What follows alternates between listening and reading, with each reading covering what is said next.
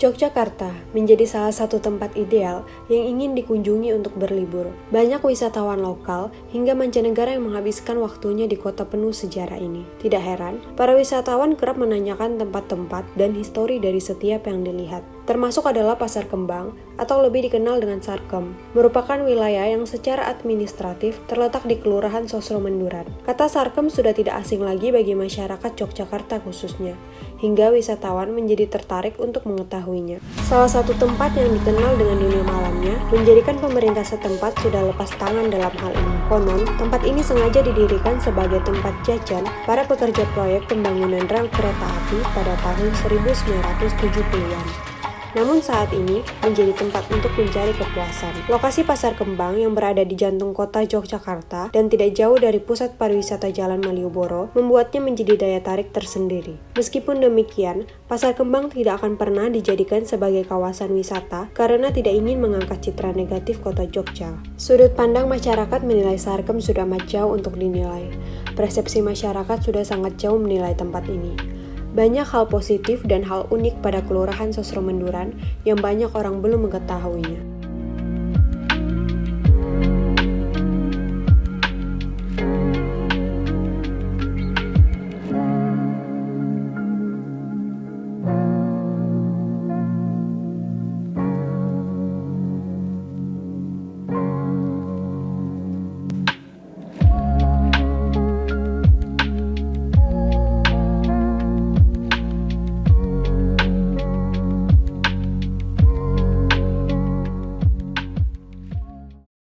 RW 14 Jogonegaran menjadi tempat pertama kita di Kelurahan Sosro Menduran.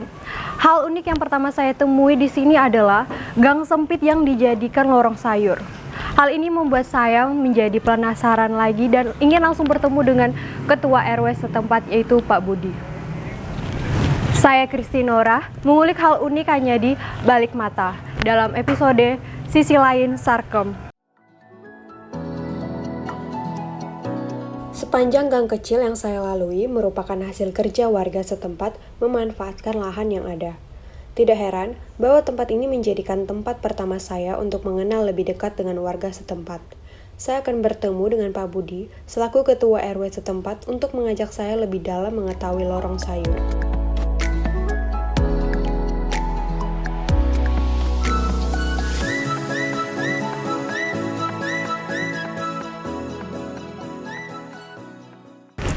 Halo Pak, halo, apa kabar? Baik. Saya Titin.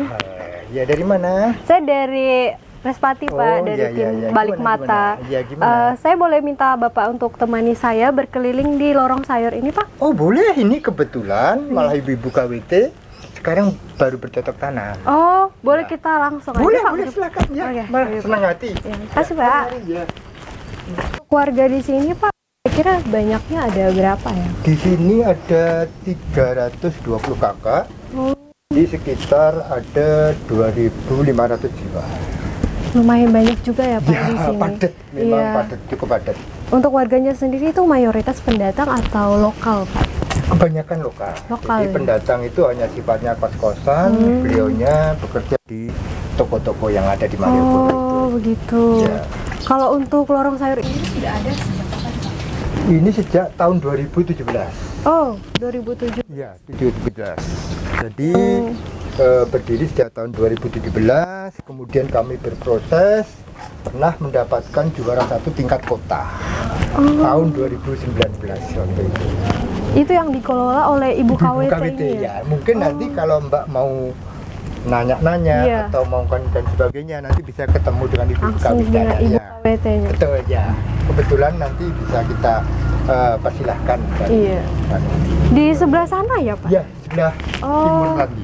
Boleh. Kita langsung aja kali ya Ya Pak? boleh ya. Oh ya Mbak, ini kebetulan Bu Nur selaku ketua KWT-nya. Halo Ibu. Gini Mbak, Iya. nanti bisa diantar sama Bu Nur, bisa berkenalan dengan ibu-ibu KWT lainnya. Sementara saya tak ada keperluan sebentar. Nanti kita ketemu di Cakro. Boleh ya. Pak, boleh. Kebetulan ini ada undangan dari kelurahan. Oh Cuman iya. sebentar aja. Terima kasih ya Pak. Ya, sudah sama-sama. menemani saya. Di derek ya. Iya. Mari Bu. Di sana ada ibu-ibu yang sedang kumpul, Mbak. Mas, Oh, sana. boleh. Halo ibu-ibu. Halo ibu-ibu. Halo. Boleh nih Bu, kita berbincang-bincang sedikit mengenai lorong sayur ini. Ya, saya mau nanya di sini KWT Flamboyan ini sudah ada sejak kapan ya Bu? KWT Flamboyan ini sudah ada sejak tanggal 18 Januari 2008. 2008. Sekitar kita sudah 13 tahun ya. Oh. Jadi sudah lama KWT Iya. ini ada. Kalau untuk tujuannya sendiri apa Bu? Dibentuknya lorong sayur ini? Tujuan dibentuknya lorong sayur ini adalah yang pertama, yaitu untuk meningkatkan keadaan perekonomian warga. Ya. Kemudian yang kedua, untuk meningkatkan gizi keluarga. Kemudian yang ketiga adalah untuk meningkatkan perekonomian keluarga. Begitu. Karena di lorong sayur ini nanti kalau kita sudah panen, Ya. hasil panenan ini bisa dijual atau dijual, ya. dipergunakan untuk sendiri. Kalau dijual kan bisa menambah pendapatan. Untuk jenis sayuran sendiri apa saja Bu yang ada di lorong sayur ini? Di lorong sayur RW 14 ini ada bayam cabut ini ya, bayam hijau. Kemudian ada kangkung, kemudian ada bayam Brasil, kemudian juga ada seledri.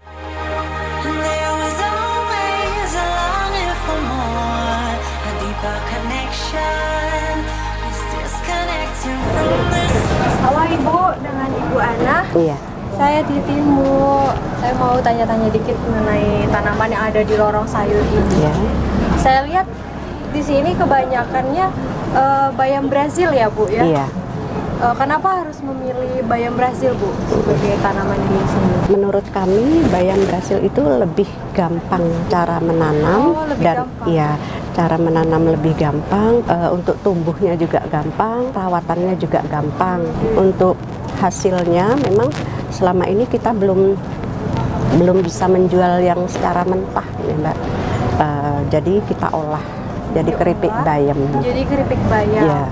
Mungkin saya boleh lihat Bu, bayam Brasil itu seperti apa yang sudah dikelola menjadi keripik itu? Oh iya, boleh. Sama dengan desa-desa lainnya, bahwa azan sebagai pertanda panggilan beribadah umat muslim, sekaligus petanda untuk kita beristirahat. Hasil dari bayam Brasil yang saya bilang. Oh, ini hasil dari Bayam Brasil, ya. Brasil itu ya? Ini crispy bayam Brasil. Oh, boleh saya ambil Bu? Oh, silakan dicoba. Jadi ini adalah contoh dari produk bayam Brasil yang sudah diolah menjadi keripik. Saya boleh coba ya Bu ya? Oh, silakan. Ini Mbak Ana.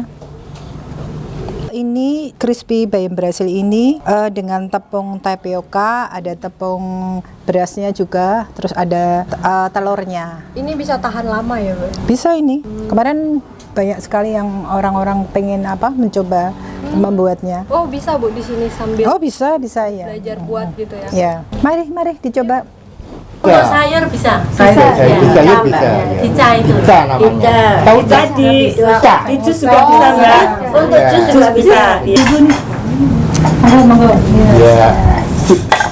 Monggo, Mbak, silakan. Mbak, monggo. Ya, jadi saya mau mengucapkan terima kasih banyak untuk Pak Budi, Ibu Nur, dan ibu-ibu KWT Flamboyan sekalian yang sudah mau menerima saya dan menemani saya berkeliling di lorong sayur RW 14 Jogonegaran ini. Saya izin pamit untuk melanjutkan perjalanan di Kelurahan Sosro Menduran. RW 14 menggambarkan kreativitas warganya. Lahan dengan gang sempit justru dimanfaatkan oleh warga setempat untuk dijadikan lorong sayur. RW 14 ini menjadi salah satu bukti kemajuan dari kelurahan ini. Namun bukan hanya lorong sayur saja yang terdapat di kelurahan ini. Saya akan mengulik lebih dalam lagi mengenai kehidupan yang dulunya sering dikunjungi oleh wisatawan asing. Tetap mengulik hal unik hanya di Balik Mata. Berjalan sekitar 500 meter dari lorong sayur, saya akan menemukan kawasan kampung internasional yang ditandai oleh sebuah gang kecil ke arah utara. Begitu sampai di gang ini, saya kagum melihat deretan penginapan sepanjang gang kecil. Penginapan di sini lebih menyatu dengan penduduk karena kebanyakan terletak di gang. Tentu hal itu memberi kelebihan karena Anda bisa berinteraksi langsung dengan penduduk setempat. Sosro Wijayan, atau yang sering dikenal dengan Kampung Internasional, memiliki berbagai prasarana yang dibutuhkan oleh wisatawan mancanegara maupun wisatawan lokal, seperti hotel, rumah makan, biro perjalanan, dan informasi turis. Selain berbagai prasarana yang ada, Sosro Wijayan Wetan ini memiliki ciri khusus yang jarang dimiliki kampung atau tempat lainnya. Namun, keberadaan wisatawan asing saat ini sudah jarang ditemui. Bagaimana bisa kampung internasional, namun keberadaan wisatawan asingnya sudah jarang ditemui? Tetap mengulik hal unik hanya di Balik Mata. Banyaknya losmen dan hotel menjadi pilihan sebagai tempat tinggal sementara selama berada di Jogja. Di utaranya juga terdapat stasiun Tugu yang dapat menjadi salah satu alat transportasi untuk semua orang. Misi Pak, lewat. Penduduk warga di sini sangat ramah. Tidak heran wisatawan merasa nyaman dengan keramah tamahan warga lokalnya. Saya merasakan rasa nyaman di mana identitas warga Indonesia sebagai warga yang ramah terdapat di kampung ini. Saya tidak sendiri. Kali ini saya akan bertemu Pak Edi selaku Ketua RW 2 yang akan menemani saya berkeliling di kampung internasional. Permisi Pak, dengan Pak Edi. Ya. Halo Pak, saya Christine dari tim Balik Mata. Permisi Pak. Saya baru aja keliling di sekitar sini, banyak banget losmennya Pak. Kalau boleh temenin saya untuk berkeliling dan ngobrol sedikit tentang kampung internasional ini, bisa Pak? Bisa, mari nanti kita antar. Oh, boleh Pak, boleh. Yuk, dulu. Mari Pak. Mari Mas. Saya kan udah berkeliling nih Pak di kampung internasional ini, cukup menarik ya untuk saya. Kenapa sih Pak ini dinamakan kampung internasional? Kampung internasional dulu kita secara tidak langsung dari tahun 80-an itu kita banyak wisatawan asing yang hadir di sini. Dan dulu penginapan ini hanya beberapa penginapan hanya khusus untuk orang asing, sehingga banyak wisatawan asing yang hadir di kampung Sosro Wijayan Wetan ini dan menjadi dari koran itu menyatakan bahwa kampung ini sebagai kampung internasional seperti itu. Oh, jadi dinamakan kampung internasional itu karena ada wisatawannya ya Pak? Iya, wisatawan asing. Apa sekarang ini masih ada wisatawan asingnya Pak? Sekarang ini masih ada, dan kita juga ada beberapa hotel yang khusus untuk wisatawan asing dan ada yang untuk domestik seperti itu. Ini kan kampung internasional ya Pak. Apa sih yang menjadi daya tarik sendiri untuk wisatawan asing itu berkunjung di kampung internasional ini? Wisatawan asing itu datang ke sini karena pertama itu dekat dengan Malioboro. Ya. Terus mereka punya panduan berupa guidebook, ya, guidebook. Dia dulu sini harganya murah sekali. Pada tahun 80-an, 90-an tuh harganya murah sekali sehingga wisatawan banyak yang hadir di sini.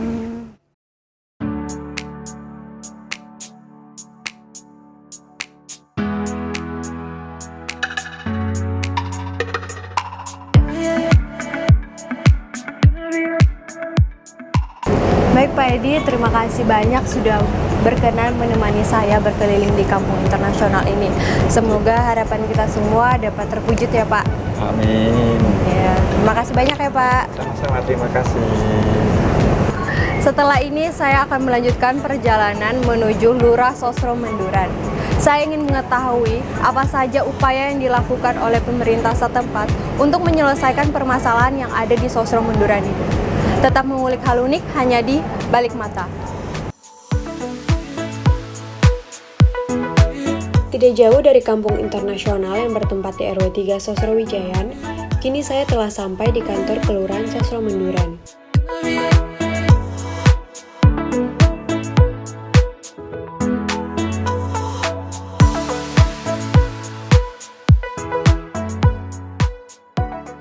Permisi Bu, saya ingin bertemu dengan Pak Lurahnya, ada? Monggo saya antar ke ruang lagi.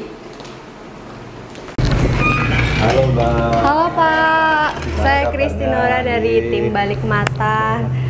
Saya tadi sudah berkeliling ke lorong sayur dan bertemu dengan Pak Budi selaku ketua RW-nya dan juga tadi iya ditemani juga bertemu dengan ibu-ibu KWT Flamboyan. Enak ini, Setelah itu saya juga sudah berkunjung ke kampung internasional dan berbincang sedikit dengan Pak Edi. Wah enak, berarti tambah pengalaman Iya. dan pengetahuan ya bagi sosok Menduran. Oke, mari silakan mari, Pak. masuk ke ruangan saya. Mari Mbak, silakan Mbak. Baik Pak, boleh langsung saja kita mulai pertanyaannya. Silakan Mbak. Mari. Menurut Pak Agus sendiri, Sosro Menduran itu seperti apa sih Pak? Sosro Menduran itu kan dulunya ini terkenal dengan negatifnya. Negatif. Nah, karena di wilayah kami itu ada lokalisasi yang semua orang pasti tahu.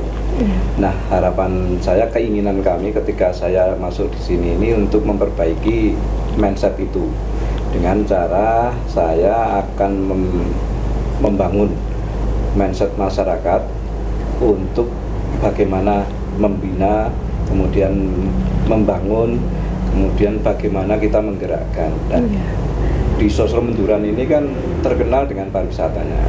Nah, selama ini kan masyarakatnya itu hanya sebagai penonton.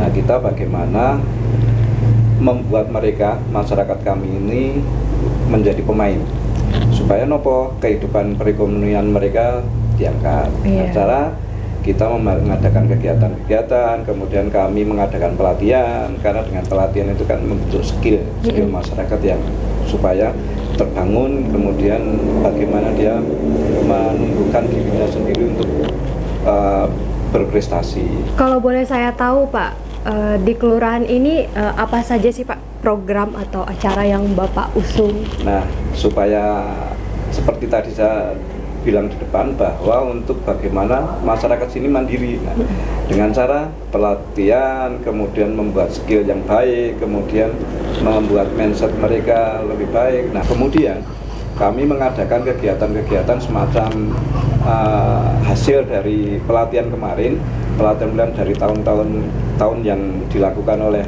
masyarakat, oleh kami, itu kami wujudkan dengan gelaran potensi UMKM Sosro Menduran.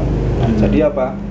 Kami akan menumbuhkan kepercayaan diri masyarakat supaya ternyata skill mereka itu memadai, bisa menjual dan sebagainya. Selain dari beberapa program seperti Lorong Sayur, Kampung Internasional, pelatihan dan UMKM itu Pak, saya dengar juga di sini Bapak pernah mengadakan sosialisasi HIV di kalangan masyarakat.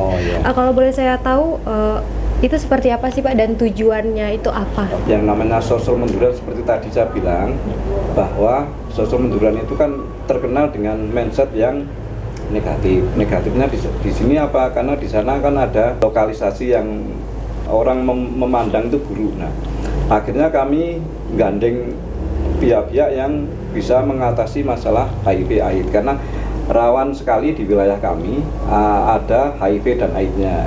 Nah, dengan hal seperti itu saya, lurah itu menggandeng para volunteer-volunteer dan juga pemerhati-pemerhati HIV, dan kami melakukan kegiatan-kegiatan sosialisasi kepada masyarakat supaya masyarakat itu tahu bahwa ada HIV, AIDS di tengah-tengah kita, supaya mereka itu paham seperti apa HIV, AIDS, dan supaya apa kita mencegah, bagaimana kita harus melakukan dan bagaimana kita mengatasi. Nah, cara kami mengatasi, kami gandeng-gandeng Pak RW, Pak Kampung, Pak RT itu menjadi warga peduli AIDS. Nah, juga tokoh-tokoh masyarakat, kemudian juga para pekerja sosial, maksudnya masyarakat yang dengan senang hati membantu kelurahan. Nah, kami membuat sistematika warga peduli AIDS supaya warga-warga yang peduli AIDS itu bisa menularkan ilmunya kepada masyarakat, anak-anak muda khususnya, Karang Taruna kami gandeng supaya untuk memberikan sosialisasi dan berbagi. Setahu saya program HIV ini Pak jarang banget ya ada di kampung-kampung. Apakah Sarkem ini menjadi salah satu alasan utama diadakannya sosialisasi ini Pak? Sebetulnya tidak, memang utamanya begitu, tapi karena saya seneng organisasi, akhirnya bagaimana saya berkolaborasi dengan orang-orang volunteer, kemudian untuk mengatasi wilayah saya, karena saya di Sosro Menduran ini ada Sarkemnya, sehingga saya melakukan dengan kelompok-kelompok yang peduli HIV/AIDS. Nah, sehingga ada kesinambungan dan gayung bersambut gitu nggih. Saya kepingin mengatasi masalah AIDS, kemudian banyak orang-orang yang peduli AIDS dan sebagainya, sehingga terjalinlah suatu hal berjalan yang semestinya. Terakhir nih Pak dari saya. Siap. Harapan Bapak sendiri untuk Sosro Mendoran ini apa sih Pak? Ya, harapan saya khususnya lurah ini kan kepingin masyarakatnya itu menjadi mandiri. Di sini kan wilayah Sosro Mendoran itu kan wilayah pariwisata, sehingga supaya orang-orang wisatawan datang ke sini itu bisa memberikan rezeki pada kami. Banyak hal unik dan sisi positif yang telah saya cari. Salah satunya yaitu tempat pendidikan yang ada di belakang saya saat ini, yaitu SD Negeri Sosrowijayan. Ini menjadi bukti bahwa tidak hanya hal negatif yang banyak diketahui oleh masyarakat luas, namun kegiatan keagamaan, tempat pendidikan, dan upaya pengembangan masyarakat setempat menjadikannya hal positif yang saya temui. Noda tinta hitam memang mempengaruhi warna kain putih. Namun kain berwarna putih tidak akan berubah menjadi kain warna hitam. Saya Kristinora, sampai berjumpa di Balik Mata dalam episode berikutnya.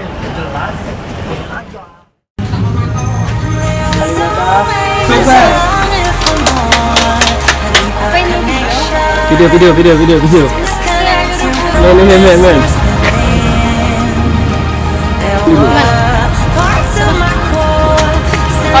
Ayo deh, kasih. Oh, oke sini.